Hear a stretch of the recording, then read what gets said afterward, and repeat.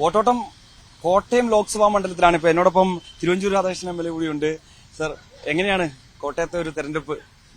തെരഞ്ഞെടുപ്പ് ഞങ്ങൾ നല്ല ഭൂരിപക്ഷത്തിൽ ജയിക്കും. ഞങ്ങൾ സത്യം പറഞ്ഞാല് ഇടതുപക്ഷ ജനാധിപത്യ മുന്നണിയുടെ സ്ഥാനാർത്ഥിയായിട്ട് അന്ന് ശ്രീ എൻ വാസവൻ മത്സരിച്ച കാലത്ത് പോലും ഞങ്ങൾക്ക് നല്ല ഭൂരിപക്ഷം ഉണ്ടാക്കാൻ പറ്റി.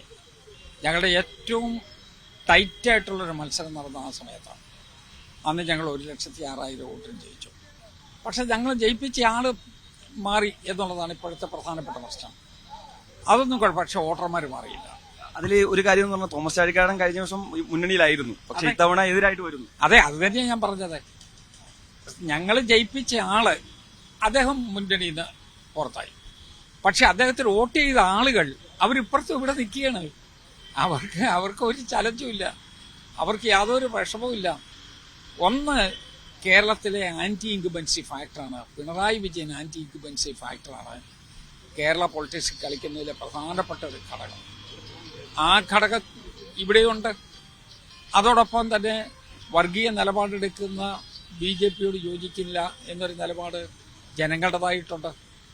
അപ്പം മതനിരപേക്ഷത ഉൾക്കൊള്ളുന്ന ഒരു സമൂഹത്തെ നാടിന്റെ നന്മയ്ക്ക് വേണ്ടി പ്രവർത്തിച്ചു കൊണ്ടിരിക്കുന്ന ഒരു മുന്നണി കൊണ്ട് മാത്രമേ മുന്നോട്ട് കൊണ്ടുപോകാൻ കഴിയുള്ളൂ. അതിലൊരു പ്രധാനപ്പെട്ട കാര്യം, അതായത് രണ്ടില.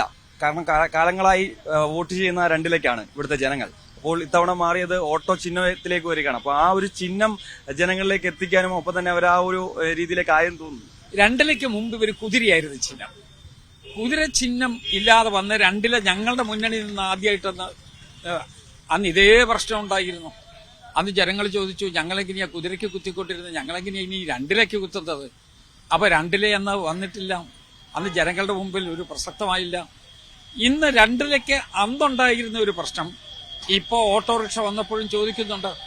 പക്ഷേ അവർക്കറിയാം ഐക്യ ജനാധിപത്യ മുന്നണിയുടെ സ്ഥാനാർത്ഥി ഫ്രാൻസിസ് ജോർജാണ്, ചിഹ്നം ഓട്ടോറിക്ഷയാണ്. ആ വോട്ട് ചോദിക്കുന്നതിന് വേണ്ടിയാണ് ശ്രീ രാഹുൽ ഗാന്ധി ഇവിടെ എത്തുന്നത്. രാഹുലിനോടൊപ്പമാണ് കോട്ടയം. അതാണ് ഏറ്റവും പ്രധാനപ്പെട്ട കാര്യം. രാഹുൽ ഗാന്ധിയോടൊപ്പം മുന്നോട്ട് പോകുന്നതിന് വേണ്ടിയുള്ള ശ്രമത്തിലാണ് സാധാരണക്കാരായ നമ്മുടെ ജനങ്ങൾ. കാരണം ജോഡോ യാത്ര നടത്തി വമ്പിച്ച വിജയമായിരുന്നു.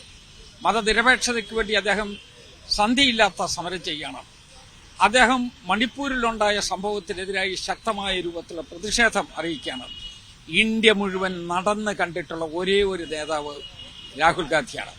അദ്ദേഹമാണ് ഫ്രാൻസിസ് ജോർജ് വോട്ട് ചോദിച്ച് ഇവിടെ എത്തുന്നത്. അപ്പം നരേന്ദ്രമോദി സംസ്ഥാനത്തുടനീളമായി ഇപ്പോൾ നിരവധി തവണയായിട്ട് കേരളത്തിലേക്ക് സന്ദർശനം നടത്തുന്നു. ഒപ്പം തന്നെ പര്യടനത്തിന് ചുക്കാൻ പിടിക്കുന്ന നരേന്ദ്രമോദി തന്നെയാണ്. ഇന്നും തിരുവനന്തപുരത്ത് എത്തിയിട്ടുണ്ട്. ഒപ്പം ഇന്ന് വൈകിട്ട് തിരുവനന്തപുരത്ത് എത്തണം. രാവിലെ തൃശ്ശൂരിൽ അദ്ദേഹത്തിന്റെ പര്യടനം ഉണ്ടായിരുന്നു. അത്തരത്തിൽ സജീവമായി സൗത്ത് ഇന്ത്യയിൽ ഒരു കോളിളക്കം സൃഷ്ടിക്കാൻ നരേന്ദ്രമോദിയുടെ വരവുകൊണ്ട് സാധിക്കുന്നു എന്നാണ് ഒരു പ്രധാനപ്പെട്ട ഒരു വിലയിരുത്തൽ. പക്ഷേ അത് കേരളത്തിൽ എത്രത്തോളം പ്രതിഫലിക്കുമെന്നത് അല്ല. അദ്ദേഹം ഇന്ത്യ ഒട്ടാകെ യാത്ര ചെയ്തില്ലേ? അദ്ദേഹം കാശ്മീരിൽ യാത്ര ചെയ്യുന്നുണ്ട്. അദ്ദേഹത്തിന്റെ പാർട്ടിക്ക് എന്തെങ്കിലും കിട്ടിയിട്ടുണ്ടോ? അദ്ദേഹം തൊട്ടിപ്പുറത്ത് ഓരോ സംസ്ഥാനത്ത് യാത്ര ചെയ്യുന്നുണ്ട്. അദ്ദേഹത്തിന്റെ പാർട്ടിക്ക് കിട്ടിയിട്ടുണ്ടോ? അദ്ദേഹം പ്രൈം മിനിസ്റ്റർ എന്നുള്ള നിലയിലും BJPയുടെ നേതാവ് എന്നുള്ള നിലയിൽ പോകാവുന്ന മുഴുവൻ സ്ഥലത്തും പോകും. പക്ഷെ ജനങ്ങൾ അദ്ദേഹം എടുക്കുന്ന രാഷ്ട്രീയ നിലപാടുകളോട് യോജിക്കുന്നുണ്ടോ ഇല്ലയോ? അതാണ് പ്രധാനപ്പെട്ട പ്രശ്നം. അദ്ദേഹം മതനിരപേക്ഷതയോടെടുക്കുന്ന ഒരു സമീപനം, ആ സമീപനത്തോട് കേരള ജനത ഉൾക്കൊള്ളുകയില്ല. കാരണം ഇവിടെ ഏറ്റവും കൂടുതൽ സാഹോദര്യത്തോടു കൂടി ജീവിക്കുന്ന ജനവിഭാഗം, ആ ജനവിഭാഗങ്ങളുടെ മുമ്പിൽ ഇവിടെ നിങ്ങൾക്ക് എല്ലാവർക്കും അറിയാവുന്നതുപോലെ മണിപ്പൂര് ഒരു ചോദ്യചിഹ്നമായി നിൽക്കല്ലേ? മണിപ്പൂരിൽ പോകാത്ത പ്രധാനമന്ത്രി ഈ കേരളത്തിൽ 6 പ്രാവശ്യം വന്നു എന്ന് പറയുന്നത് കൊണ്ട് എന്തെങ്കിലും അർത്ഥമുണ്ടോ? അദ്ദേഹത്തിന്റെ നെസസിറ്റി മണിപ്പൂരായിരുന്നു. ജനങ്ങൾ ആഗ്രഹിച്ച അദ്ദേഹം മണിപ്പൂരിൽ ചെല്ലുമെന്നായിരുന്നു. മണിപ്പൂരിൽ ഒഴിച്ച ബാക്കിയുള്ളതൊക്കെ അല്ലേ അദ്ദേഹം പോകുന്നുള്ളൂ. അതുകൊണ്ട് ഞാൻ പറയുന്നു, അത് നമ്മളെ സംബന്ധിച്ചിടത്തോളം വളരെ നിർണായകമാണ്. എന്തുകൊണ്ടാണ് അദ്ദേഹം ആ സ്ഥലം ഒഴിവാക്കുന്നത്? ആ മണിപ്പൂർ സംഭവത്തിൽ അവിടെയുള്ള മതന്യൂനപക്ഷത്തിൽപ്പെട്ട ആളുകളോട് എന്നും ഹൃദയബന്ധം പുലർത്തിക്കൊണ്ടിരിക്കുന്ന കേരളത്തിലെ മതന്യൂനപക്ഷം അവരെവിടെയാ പോയി നിൽക്കേണ്ടത്? അതുകൊണ്ട് ഞാൻ പറയുന്നു, ഇവിടെ ഇന്ത്യയിൽ 75 കൊല്ലമായി നമ്മൾ കേൾക്കാത്ത രൂപത്തിലുള്ള സംഭവങ്ങളിലെ ഇപ്പൊ കേൾക്കുന്നത്. ആ 75 കൊല്ലക്കാലത്തിൽ ഭൂരിപക്ഷ കാലവും ഞങ്ങളാ ഭരിച്ചത്. അന്നൊരു കുഴപ്പമുണ്ടായില്ലല്ലോ, അന്നൊരു മതവിദ്വേഷതയുണ്ടായില്ലല്ലോ. അപ്പൊ ആ മതവിദ്വേഷത പിന്നീട് ഉണ്ടായിട്ടുള്ള കുഗ്ഡപ്പായിട്ടുള്ള സാഹചര്യമാണ്. ആ സാഹചര്യത്തെ ഞങ്ങൾ എതിർക്കുകയാണ്. പഴയ ഇന്ത്യ ഞങ്ങൾക്ക് വേണം. അതാണ് ഞങ്ങളുടെ ആവശ്യം.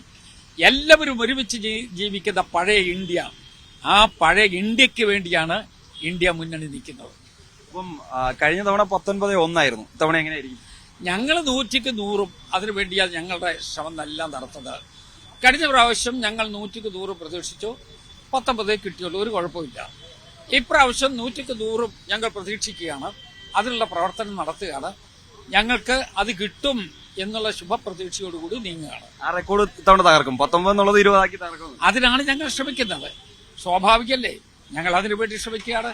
കാരണം അതിനുള്ള ഒത്തിരി ഇനം ഇന്ന് ഇന്ത്യൻ രാഷ്ട്രീയത്തിലും കേരള പൊളിറ്റിക്സിലും ഉണ്ട്. അതെല്ലാം പോസിറ്റീവായിട്ട് വരുമെന്ന് ഒരിക്കൽ ഒരു പ്രശ്നമില്ല. 20-20 ഞങ്ങൾ ഇപ്രാവശ്യം 6 അടിക്കും. അതാണ് ഞങ്ങളുടെ ലക്ഷ്യം. തീർച്ചയായും എന്തായാലും 20-20 സീറ്റുകൾ നേടി ഇത്തവണത്തെ ലോക്സഭാ തെരഞ്ഞെടുപ്പിൽ വലിയ മുന്നേറ്റം നടത്താൻ UDF മുന്നണിക്ക് സാധിക്കുമെന്ന് തന്നെയാണ് തിരുവഞ്ചൂർ രാധാകൃഷ്ണൻ പ്രതികരിച്ചിരിക്കുന്നത്. ക്യാമറമാൻ ഹരി കൃഷ്ണനൊപ്പം MG മിഥുൻ, ന്യൂസ് 18 കോട്ടയം.